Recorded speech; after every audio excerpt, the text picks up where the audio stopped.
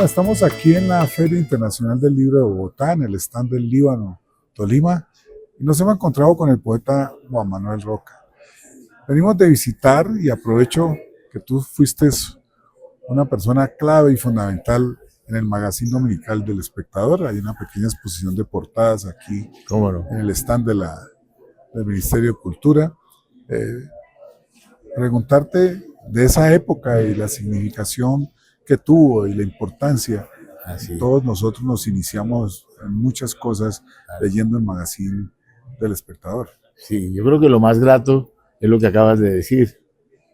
Tantas generaciones formadas por el magazine, desde la época primera que fundó don Guillermo Cano y Fidel Cano, hasta la última etapa que tuve el privilegio de trabajar allí con Marisol Cano.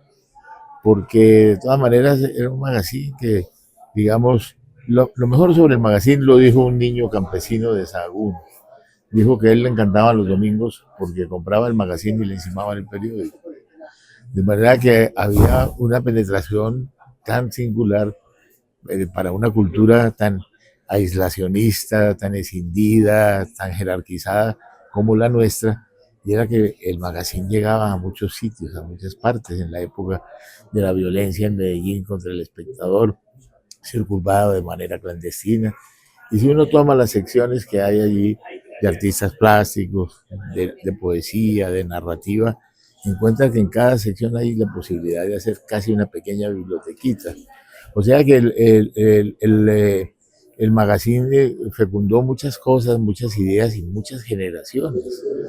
Desde la generación más o menos coetánea de los nadaístas, pasando por otras vertientes, hasta volverse, pienso yo, no lo digo con ínfulas, porque realmente era una parte del colectivo que logró ese magazine, que tenía también unos números monográficos muy inusuales en la prensa colombiana, ¿no? Digamos, un magazine completo sobre la violencia, sobre la plástica, sobre la literatura, sobre el anarquismo, sobre muchos temas que realmente ahora visto por un espejo retrovisor encuentra uno que cumplió con una a cabalidad con algo que ahora que se han hecho estos homenajes y este homenaje tan sentido y tan bello que se ha hecho en el marco de la feria, pues encuentra uno que cumplió una función, una labor que sigue viva, que no es una cosa pues del pasado, que sirva pues para envolver algunos objetos, sino que realmente la gente lo sigue coleccionando. Ahí llegan permanentemente gente con bloques de magazines que sigue teniendo una vida orgánica en medio de la cultura colombiana. Y la gente todavía, muchos colegas míos y yo tengo en la biblioteca, uno tiene cantidades y hay gente que juiciosamente los empastaba ¿Cómo no? ¿Cómo por no? año y te los tiene organizaditos. Sí, así es, De así manera que es. fue de muchísima importancia. Y yéndolo más a lo personal, esa fue una actividad tuya que como poeta te sirvió muchísimo, porque no solamente fue una etapa muy productiva tuya, sino fue una etapa de mucho diálogo con la poesía colombiana y la poesía contemporánea internacional. ¿Cómo no? Esas dos secciones que fueron constantes en el marco de las letras, pues, digamos de la literatura, que era La esquina del cuento, que dirigió en muy buena parte RH. RH Moreno Durán, y la página de poesía que tuve el privilegio de dirigir, cumplieron también con crear una mirada sobre, en un país pues que inclusive en esos dos géneros que para mí son los más, me apetecen, el cuento y la poesía, demostrar que había una tradición y una jerarquización en medio de esos dos géneros, y pero que entonces le involucramos precisamente en la página de poesía y en la esquina del cuento autores de otras lenguas, autores traducidos, de vertientes estéticas muy diferentes, así que cada una conforma una antología. Se han hecho estudios sobre eso para conformar, digamos, la mirada a la esquina del cuento. En el magazine dominical es una mirada al cuento, a veces latinoamericano, una mirada a veces a la cuentística europea, y lo mismo ocurre con la poesía. Y eso fue muy grato porque puso en contacto, de todas maneras, en un país donde han sido tan esquivos los libros por materia, por el hecho material del precio que tienen los libros, cumplió con ese cometido. Eso fue una cosa muy, muy bella que, como repito, siempre me acordaré de ese niño que decía que compraba el magazine El Encimaba en el periódico, sin por debajear el periódico, que siempre ha sido un periódico liberal y en conflicto, bueno, siempre ha sido, no, ha dejado de serlo lamentablemente. Últimamente sí. Han dado, como diría Enrique Buenaventura, se han pegado una volteada a la macha. Sí, sí, lamentablemente sí, tal cual. Bueno, lo otro es ya tus últimas realizaciones como poeta.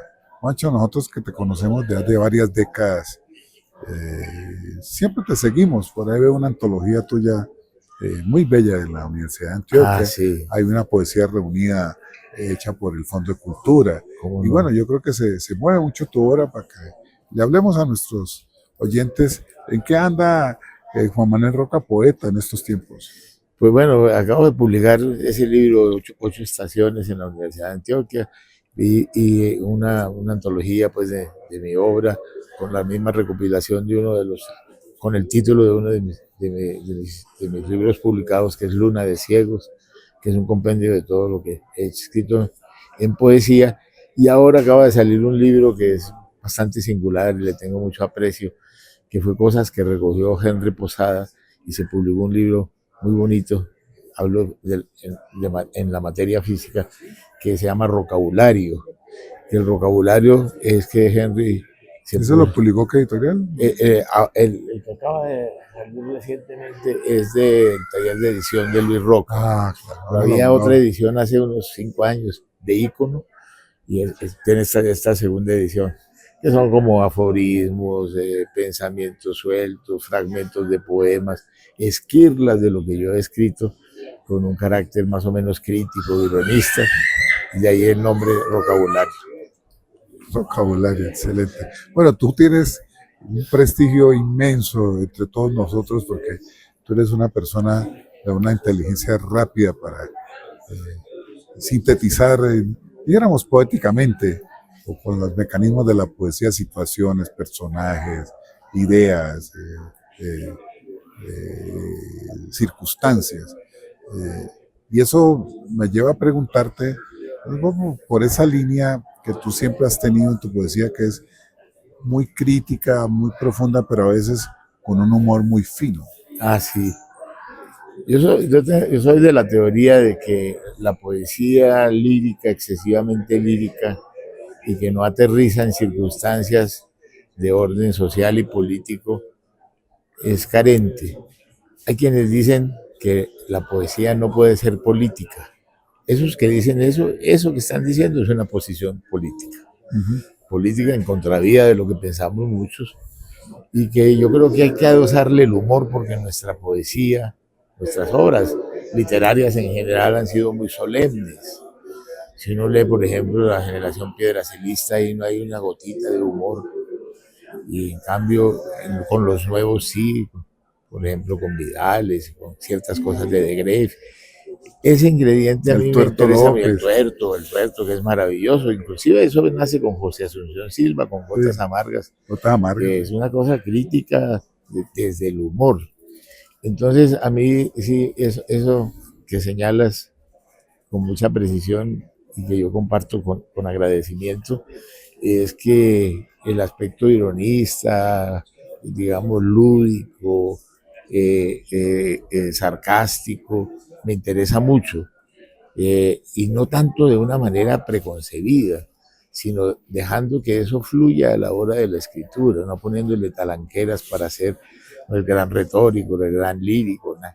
La lírica que no tiene de todas maneras un ingrediente crítico, la lírica que no tiene un ingrediente humorístico, la lírica que no tiene un pensamiento filosófico, se queda enmarcada en un reducto que es para una población, digamos, entre comillas, de hombres cultos, que resulta que la gran mayoría son tan solemnes que no pueden entender que en la antisolemnidad, como estos poetas que acabo de mencionar y otros que vienen ahora trabajando en ese lineamiento, que no es fácil, porque esa idea de que solo lo difícil es estimulante de Walter Benjamin. Eso hay que plantearlo porque no es fácil. No es fácil hacer humor y que a la vez sea poesía. ¿Cómo se siente hoy Juan Manuel Roca frente al país literario, frente a la Colombia? Porque uno finalmente quiere al menos tener lectores, tener corrientes Sí. de seguidores. Yo creo que tú eres uno de los poetas hoy en Colombia que a donde se pare en cualquier ciudad, todo el mundo sabe quién es Juan Manuel Roca, para que nos hables un poco de eso. Pues se va construyendo, es un diálogo que uno crea con sus lectores. Es muy curioso y es un azar maravilloso que uno no, es decir, que cuando uno empieza a hacer lo que se llama pomposamente una obra, o el intento de hacer una obra, yo creo que hay quienes piensan precisamente en la gloria, ¿no? Que como decían los antiguos es el sol de los muertos, y en la gloria, y en ese tipo de cosas de la sacralización y del respeto al intelectual, al poeta. Pues yo nunca me lo he pensado así, pero me he dado cuenta que he ganado un terreno, tal vez precisamente por convocar no solamente una poesía para poetas o para especialistas, sino meterme con otros asuntos del poema en prosa y de contar cosas. Y me parece que es muy grato ver que eso que yo no tenía contemplado, porque lo único que uno tiene contemplado cuando de verdad no está deslegitimando sus intenciones es crear la obra, pero no tanto pensar en la receptividad que pueda tener. Sin embargo, eso que me dices a mí me da mucho gusto, ¿no? Que haya gente de diferentes cronologías, de diferentes edades y diferentes gustos estéticos que de pronto miren con afecto, más que con credibilidad y respeto, esas palabras grandilocuentes, con afecto, es decir, porque la poesía está hecha para mi gusto, para acompañar. Es una prótesis que ayuda a caminar este mundo tan hostil. Y de manera que cuando uno encuentra que hay una receptividad de ciertos núcleos humanos, no necesariamente jóvenes, sino de muchas cronologías, pues produce gusto y satisfacción y vigilancia, porque a eso lo puede rondar la soberbia, ¿no? Eso de la gente se vuelve muy soberbia cuando tiene un reconocimiento, ¿no? Pero yo creo que creando una distancia artodiana de que yo es otro, una de las cosas es que uno escribe, pero intentando ser otro. Cuando ese otro es aceptado, pues a uno le empieza a caer bien ese otro sin que eso se llame narcisismo. Bueno, Juan, es una delicia hablar contigo, siempre lo ha sido. Por último, digamos que si te tienes que llevar unos cuantos poetas, ¿cuáles te llevarían? Colombianos, dices, Colombianos y de pronto algunos de afuera. pues colombianos, para llevarle la contraria a muchos que siempre citan unos hitos que son, pues, por ejemplo, José Asunción Silva, a quien respeto mucho, gran poeta. Pienso que nuestra poesía arranca con una mujer, que es la madre Josefa del El Castillo. Castillo. La madre es tremenda. Cada vez que la leo me emociona más y me sorprende más que como en México a su monja la respetan tanto y nosotros a nuestra monja la miramos como boyeristamente, como por la cerradura de un convento, y realmente es una mujer extraordinaria. José Asunción Silva, repito, por sus gotas amargas fundamentalmente. Después de la generación, digamos, una generación como la de los nuevos, a veces me molesta por la cercanía a mencionar al familiar, a Luis Vidales, pero de la generación de los nuevos yo creo que alguien que podría ser considerado un gran poeta es alguien que no hizo poesía en puridad, sino crónica, que es Luis Tejada. Luis Tejada es un cronista que es un poeta realmente, y que mientras más lo leo, más me sorprende. Es una prótesis que me ha ayudado a mí a andar en el camino, por su ironía, por su carácter político soslayado y no evidente. Esos son dos poetas que me gustan mucho. Y un poeta que es el poeta eufónico de la música y del paisaje, un pintor del aula, que es Aurelio Arturo. Morada al Sur es un libro realmente extraordinario. De los nadaístas me parece que hay un poeta muy, muy singular y muy interesante, sobre todo no en toda su obra, bueno, a todos nos pasa eso, pero que considero muy importante precisamente por su dosis ironista, que no se acentúa también en una ironía de orden publicitario, que es X504, X504. Y poetas más bien de la trastienda, olvidados, ¿no? Como por ejemplo un poeta que de las contadas palabras, que es Óscar Hernández, es un poeta más bien olvidado y muy importante, ¿no? Carlos Obregón, nuestro poeta suicida, poeta extraordinario, realmente ese suicidio de él en España y toda esa locura de ese hombre místico y matemático, y es maravilloso volver a leer a Carlos Obregón. Así que yo creo que hay unos hitos de la poesía que muchas veces no son reconocidos. Fernando Charri-Lara es pura melodía, pura música, sus nocturnidades me parecen extraordinarias. Hay un conglomerado de poetas que crea un corpus que no es abundantísimo, como generalmente ocurre, además que la gran poesía no es abundante, pero que conforman precisamente un mapa lingüístico, un mapa poético muy importante, ¿no? Y dentro de la gente joven más reciente yo veo que hay también un cúmulo de gente que ha acentuado esos caminos, digamos, primero de no de cierto romanticismo tardío que había aquí en la poesía colombiana, ¿no? Para mirar precisamente esos hitos poéticos, ¿no?